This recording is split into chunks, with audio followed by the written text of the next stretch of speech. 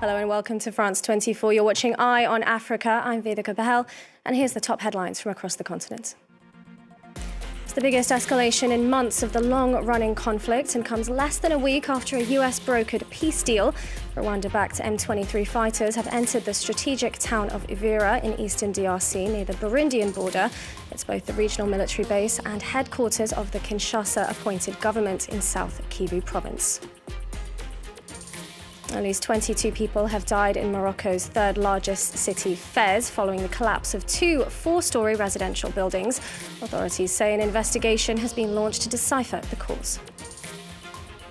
And in Johannesburg, the award ceremony for L'Oréal UNESCO's Women in Science Young Talent Programme begins Thursday. It celebrates women in science from across sub-Saharan Africa. We'll be speaking live to laureate from Botswana, Dineo Sibuso, later in the programme. Thank you for joining us. We'll be starting this bulletin in the Democratic Republic of Congo, where, according to reports, Rwanda-backed M23 rebels have entered the strategic Congolese town of Uvira near the border with Burundi. It's an offensive that's prompted Burundi to close its border. Uvira is the last government-held city in mineral-rich DRC, and its capture could pave the way for further rebel gains in South Kivu. This escalation comes despite the recent peace deal last week between DRC and Rwanda, brokered by US President Donald Trump. It now hangs in the balance. Let's hear what one resident had to say. We as Congolese are tormented because we see in Uvira, we see in Katanga. Katanga is next. We see Mujimai. After Mujimai, it's Kinshasa. We will suffer more. So I ask the government to do everything to stop this bloody war. With more on this story, our correspondent Emmett Livingston reports from Kinshasa. Morning, the town of Uvira in the eastern Congolese province of South Kivu lay deserted. Rwanda-backed M23 rebels were on the outskirts, according to security sources. Congolese soldiers had retreated, and soon M23 fighters were inside. In the afternoon, M23 formally claimed control.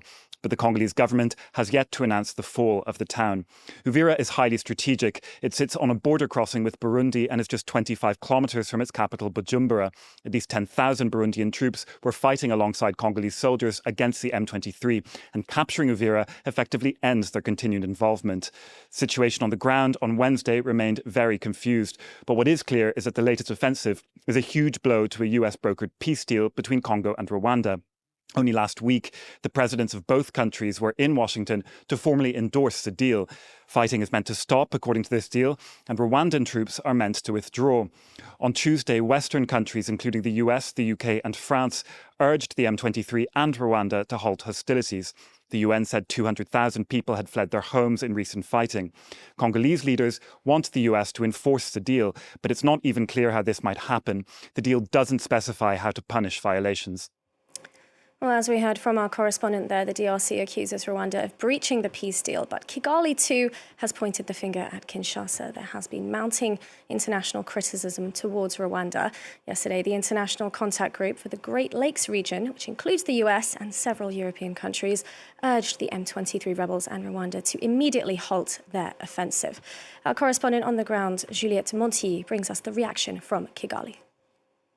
In a new statement, Rwanda's Foreign Affairs Ministry flips the accusations, saying it's actually the DRC and Burundi as well that have breached the commitments made in Washington just last week. The statement insists Rwanda has nothing to do with the ongoing violence in South Kivu. Instead, it accuses Kinshasa and Gitega of bombing villages close to its borders using drones and fighter jets. Here, those attacks are viewed as a direct threat to national security.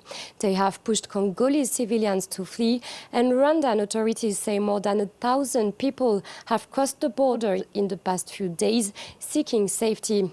Kigali also claims that both Congolese and Burundian forces are being supported by militias and even foreign mercenaries on the ground. And finally, that the DRC is failing to neutralize FDLR fighters as stipulated in the Washington agreement. The statement nevertheless stresses the need to return to the full implementation of that agreement. Let's head to Morocco now, where authorities say at least 22 people have been killed after two four-story buildings collapsed overnight in the country's third largest city of Fez. The country's state news agency reported 16 people wounded and that the two adjacent residential buildings were home to 8 families. An investigation has been launched to decipher the cause. Aline Bautin and our colleagues at France 2 have this. All that remains is a gaping hole between the houses and tons of rubble. 2 buildings collapsed in this Fez neighborhood in northern Morocco. Moments after the tragedy, residents began to clear the debris with pickaxes and sledgehammers in a frantic search for survivors. Once rescue teams arrived, they pulled the first victims to safety. The collapse of these 2 buildings is a disaster, a catastrophe. This neighborhood is densely populated. I never imagined that there were buildings here in danger of collapsing. It's a recent neighborhood. At 11:30 p.m. we saw one building collapse and a minute later the other one collapsed as well. The government had given the residents the land and they built the houses themselves. Some residents blame unregulated construction for the disaster, which prompted neighboring buildings to be evacuated as a safety precaution. This elderly woman now finds herself homeless. My son's wife was rushed to the hospital and I had to leave my own home. Now I have nowhere to go. All my children are scattered and homeless. Rescue workers were still at the site Wednesday clearing rubble. Last May, 9 people died when a residential building collapsed in another neighborhood of Fez. Next, the award ceremony for the L'Oréal UNESCO Women in Science Young Talents Programme begins on Thursday. The programme sees laureates from across sub-Saharan Africa awarded for their scientific accomplishments, talent and commitment. Well, we are lucky to have one of the awardees live with us today on the programme. Let's welcome prize winner Dineo Sibuso, speaking to us from Johannesburg, where the award ceremony will be taking place. She's a doctoral student in molecular and chemical physics from Botswana. Congratulations, Dineo, on your award. Tell us, what inspired you to go down this path and what triggered your interest in science? Thank you so much for having me in France 24. What inspired me, growing up as a child, I was very curious. I always wanted to know how things work and why things work in a certain way. Which reminds me to one incident when I got burned by hot water. So my mom rushly went for sugar, and then she asked me to put the sugar on my hands. Then I asked her why she wanted me to put sugar on my hands. And then she told me that will help avoid scald. And it magically worked. So I kept on asking myself, how does sugar help in healing wound and making sure that a burn doesn't scald? That ignited my passion in science, because science is it brings solutions to every problems in the world. And then another thing that ignited my passion, I remember in my master's, because growing up in Botswana where clean water is a serious crisis, I wanted to develop novel materials that will be used for wastewater treatment. So for my master's, I focused in developing those materials for wastewater treatment. So it was all about coming up with solutions that will impact the environment, that will impact the livelihoods of Africa and the world at large. Well, that brings me nicely into my next question, because your award-winning research, it's linked to improving environmental safety. Can you tell us a little bit about this research that won you that award for people that might not know what you're doing? My research is my project is a collaboration between 3 institutions, which is Botswana International University of Science and Technology and University of Witwatersrand in Johannesburg and Itemba Labs. So this project is funded by the International Atomic Energy Agency, IAEA. So what I do is I use powerful machines called particle accelerators to improve the properties of materials, which can be used for early detection of harmful gases. So these ion beams improve the efficiency of the gas sensors.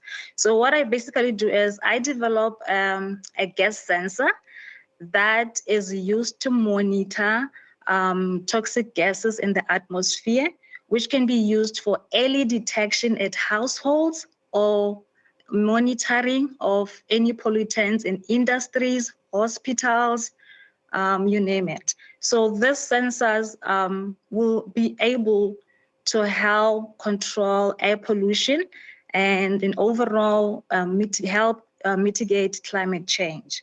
So my project is about ensuring healthcare safety and the environment at large. And in your pursuit of science, sorry to cut you off there, in your pursuit of science, did you experience any hurdles or any obstacles whilst you were pursuing your career in the field of science? Yes, I did. My first degree is in physics. So during that time, I was the only female student, and I was taught by male lecturers.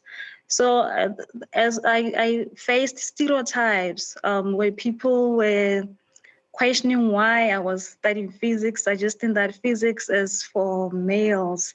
And that mostly came from the society. Because every time when people asked me, what are you studying? And I told them I'm studying physics. They'll be like, is it not that for men? But that never really stopped me or distracted me. I was always driven by passion for science, for solving societal issues. And what's next for you?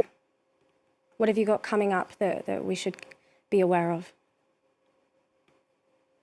Okay, I was trained on particle accelerators and using innovative ideas to change or to contribute to or to impact lives. So what is next for me is help build accelerator expertise in my home country with research that will impact the society, Africa, and the world at large.